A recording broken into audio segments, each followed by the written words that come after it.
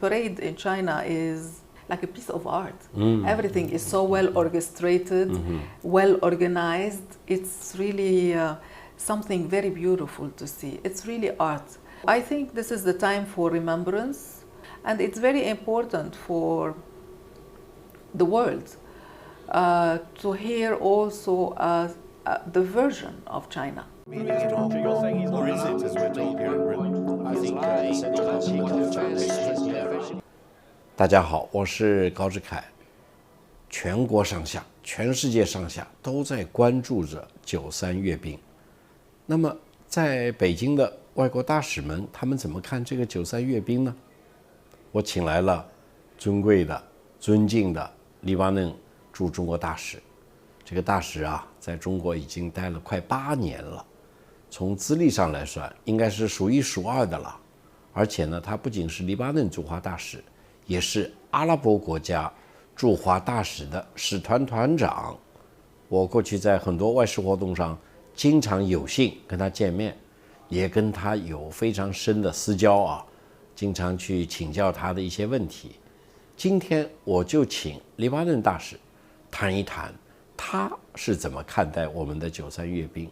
另外，从阿拉伯国家驻华使团代表团这个角度上来算，看看其他的阿拉伯国家是怎么看待我们93阅兵的，他们有什么期待。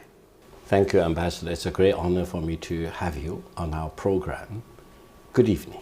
Good evening to you too, and thank you for having me on your program. Based on what you understand, how do you think about the Grand Parade on September the 3rd? And many of your friends here in Beijing will be there participating in the reviewing. And how do you think about it? What is its special significance in the context of the world of today? I've watched parades before in China. I was lucky to watch one when I arrived. The parade in China is, how do we say, like a piece of art.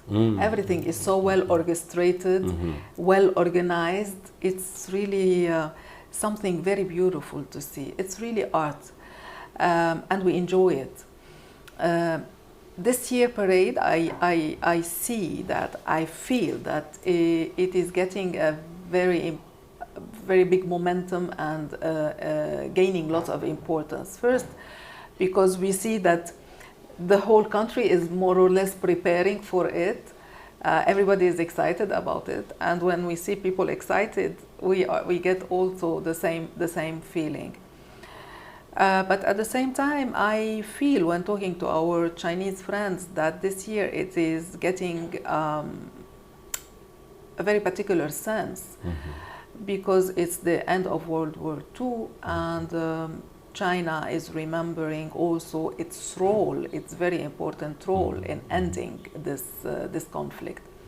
And it's very important for the world to hear also the version of China, because we know that China has participated and was among those who defeated at that time the Axis, but we don't know much what was the role of China. China was really very low profile, not mentioning enough what kind of role, what kind of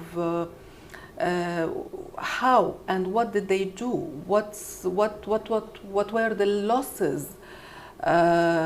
We need to understand more to grab more the history, because we've been hearing one version. It's okay, but it's also nice to hear the other version, so we can have the picture, a complete picture, especially for those new generations coming ahead, so they know more or less what really happened, who really participated, and the role of each one. China doesn't talk about itself a lot, and I think it's about time for people to know of what was the suffering of China, for from what it suffered, what did China do, and the losses it occurred to China because of that. So I think this is the time for remembrance, remembrance of those people who lost their lives defending their country. This is very important also. And hopefully that the lessons of the war, we talk about them so we don't repeat them. I'm probably a bit hopeful, but we have to talk about the reasons of the war and explain them for the new generation not to fall into the trap of those same mistakes occurred before. Ambassador, you are also the representative of the Arab nations in their embassy activities in China, and I saw you playing a very important role on behalf of the Arab countries here in Beijing. Now, for the upcoming September the 3rd parade, in addition to how you personally look at that, do you think you also have a view as to how the Arab countries, the Arab embassies in Beijing would look at that? What will be the message they want to get from the largest parade in history? Victor, I am the dean of the Arab Corps because by seniority I've been the oldest one here. You're right, you're right. But I don't represent them all. But Understood. we talked a lot about this parade because it's the talk of the town. Either Arabs or non-Arabs, it's the talk of the town because everybody is looking forward to this parade. But what I have understood from my colleagues from the Arab world is that they are all going to be participating. And the preparations are already there, so they are looking forward for that. You know, parades in China, it's an event, a big event. Big event. And we really look forward because it gives a sense of history, very important history being shown again through the parade, through the action, and through the message that China is relaying. And we are very much sensitive to this message because everybody wants to hear what China, the narrative of China, the version of China, because China has suffered, and it is a duty, not only a message. It's a duty for China to tell the world what happened and what was in its role. And Arabs are really very looking forward to hearing you, to listening to you, to supporting you, because Arabs are in full support of whatever is China. Among us, if you see statistics and studies, China is one of the most respected partner in the Arab world. So whatever China is doing, we follow it closely and we fully participate, wholeheartedly participate, engage, and try to understand.